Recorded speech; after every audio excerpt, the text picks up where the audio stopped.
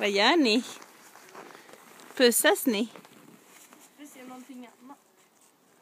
Åh, mysigt. Får du en puss, Edith?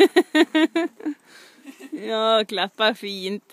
Inte i näsan. Inte näsan. Vilken fin häst.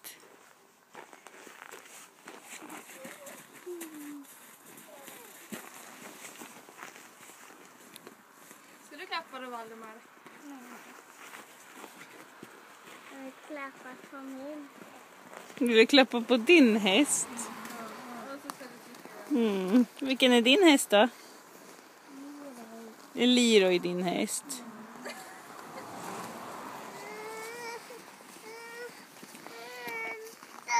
Ja,